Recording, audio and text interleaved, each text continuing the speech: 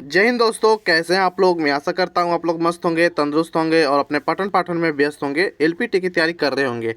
आज हम बात करेंगे आरबीआई ऑफिस अटेंडेंट भर्ती 2026 को लेकर, जिसका एग्ज़ाम आप लोगों ने 1 मार्च को सफलतापूर्वक अलग अलग सेंटरों पर दे चुके हैं। हालांकि एग्ज़ाम देने के बाद सभी बच्चों के मन में सिर्फ एक ही डाउट आएगा, क्या इस बार या आंसर की आ पाएगा या नहीं पाएगा। मैं आपको तो बता दूं पहले ही कि इसका किसी भी प्रकार का आंसर की या स्कोर कार्ड जारी नहीं की जाती है। डायरेक्ट आपको एक पीडीएफ आएगी और उसी पीडीएफ में आपका रोल नंबर वगैरह रजिस्ट्रेशन नंबर आपको दिखने को मिलेगी। अगर आपका रिजल्ट आया हुआ रहेगा तो आपको कट ऑफ लिस्ट में आपका नाम रहेंगे, अन्यथा आपका नाम नहीं रहेंगे। तो बात करते हैं कितने नंबर वालों का इस पर सिलेक्शन होगा, कट ऑफ क्या रहने वाला है, रिजल्ट कब आने वाली रहेगी और कितने नंबर वालों को एलपीटी की तैयारी करना स्टार्ट कर देना चाहिए, जो कि काफ़ी इंपॉर्टेंट हो जाती है एलपीटी की तैयारी करना।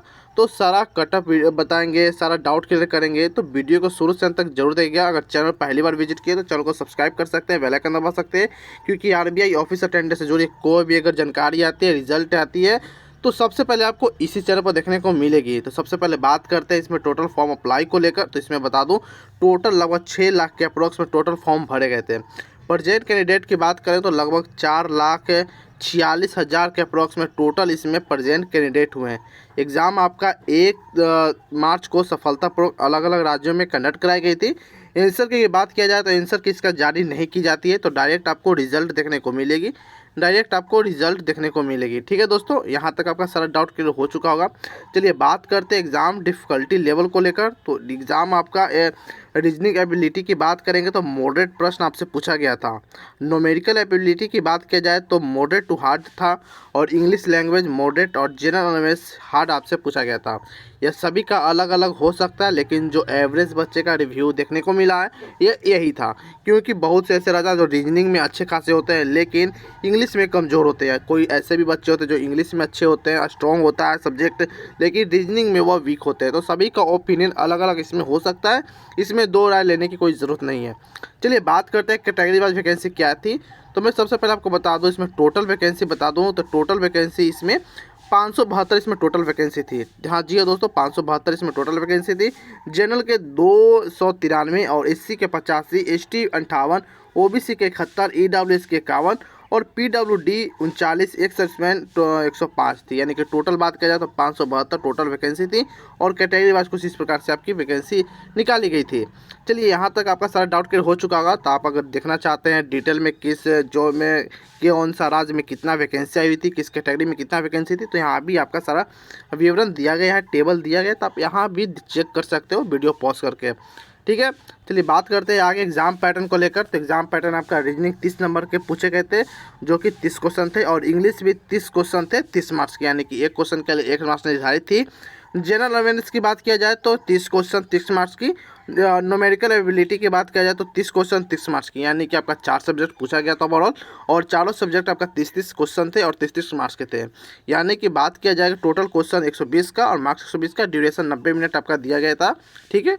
चलिए बात करते हैं गुड अटेम्प्ट क्या इस बार देखने को मिली है, यानी कितना अगर आप कर पा रहे हो सही तो आप ठीक ठाक हो, आपको टेंशन लेने की ज़रूरत नहीं है।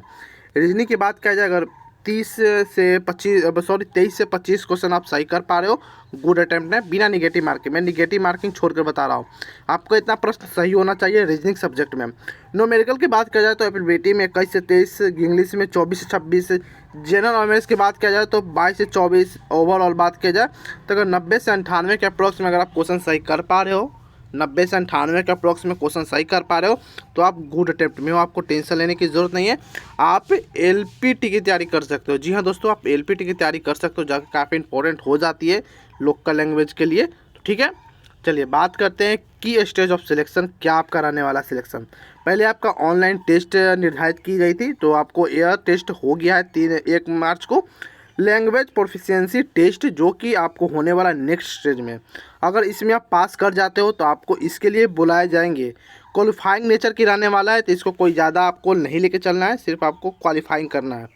डॉक्यूमेंट वेरिफिकेशन, फिर उसके बाद मेडिकल टेस्ट आपका कराया जाएगा, फिर उसके बाद फाइनल डीवी और फाइनल सिलेक्शन के लिए आपका फिर नाम निकाला जाएगा, ठीक है। अब आगे बात करते हैं हम shift wise level difficulty level को लेकर। तो आपका एग्ज़ाम बता दूं 1 मार्च का हुआ था, आप सभी को पता है। शिफ्ट जो पहली शिफ्ट आपकी थी इजी टू मॉडरेट, और second shift moderate to hard और थर्ड शिफ्ट आपका मॉडरेट पूछा गया था। यानी कि ओवरऑल आपका एग्ज़ाम जो हुआ था मॉडरेट टू हार्ड कंडक्ट कराई गई थी। नहीं ज़्यादा इजी थी ना ही ज़्यादा हार्ड थी, मॉडरेट टू हार्ड में थी। तो आप काम चलाओ आप कर सकते हैं, ठीक है। बाकी सभी का अलग अलग हो सकता है। जिनको अगर आप पढ़ने में जो कमज़ोर होंगे उनको हार्ड भी लग सकता है, जो पढ़ने में अच्छा होंगे उनको यहाँ तक ईजी भी लग सकता है। तो ये सभी का अलग अलग हो सकता है, इसमें भी कोई दो राय नहीं है, ठीक है। आगे बात करते हैं कुछ ऐसे बच्चे को जो काफ़ी प्रश्न पूछे थे पिछले बार की वीडियो में, तो उनको मैं थोड़ा क्लियर कर देना चाहता हूँ। पहला प्रश्न पूछे थे हेमंत सैनी, जो कि थर्ड शिफ्ट थी मेरी।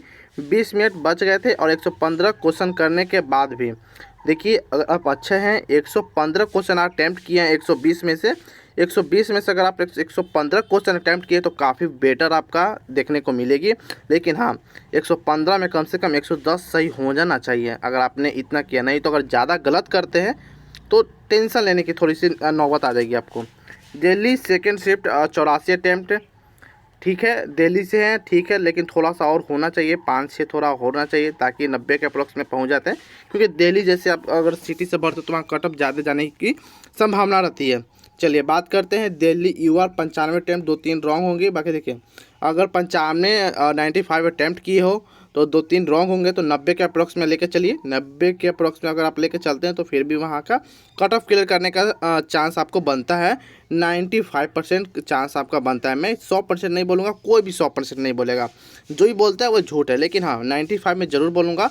बाकी बात करते हैं, एक क्वेश्चन है state Bihar shift 3 attempt math इतना और ओवरऑल 119 यानी कि 120 में 119।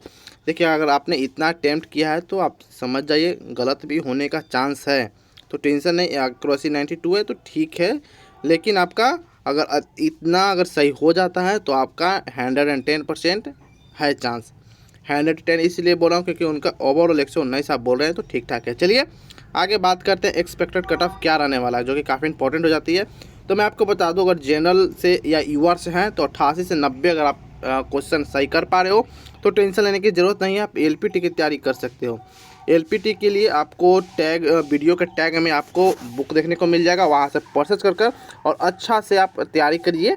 बाकी बात करते हैं ओबीसी को लेकर तो 85 से 88, ईडब्ल्यूएस 82 से 83, एससी 78 से 80 और एसटी 75 से 78 का क्वेश्चन सही कर पा रहे हो तो टेंशन लेने की ज़रूरत नहीं। आप एलपीटी की तैयारी करना स्टार्ट कर सकते हो क्योंकि काफ़ी इंपॉर्टेंट हो जाती है लॉजिकल प्रोफिशिएंसी टेस्ट को लेकर, जो कि काफ़ी इंपॉर्टेंट है। अगर इसमें आप डिसक्वालीफाई हो जाओगे या आप क्वालिफाई नहीं करोगे क्योंकि यह क्वालिफाइंग नेचर की होती है, इसमें 1-2 नंबर कम आएगी तब कहानी खत्म हो जाएगी।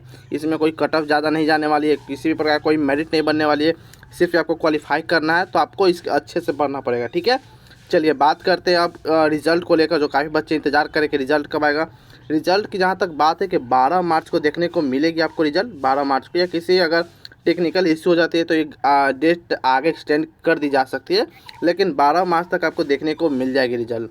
बाकी यहाँ तक आपका सारा डाउट क्लियर हो चुका होगा। फिर भी कोई डाउट बचा है तो आप कमेंट कर सकते हो, वहाँ जवाब आपका विद इन सेकेंड पहुंचाया जाएगा। बाकी और इन्फॉर्मेटिव वीडियो के लिए आप हमारे चैनल को सब्सक्राइब कर सकते हो, बेल आइकन दबा सकते हो, क्योंकि ऑफिस अटेंडेंस से जुड़ी कोई भी अगर जानकारी आती है, रिजल्ट आती है तो सबसे पहले आपको इसी चैनल पर देखने को मिलेगी।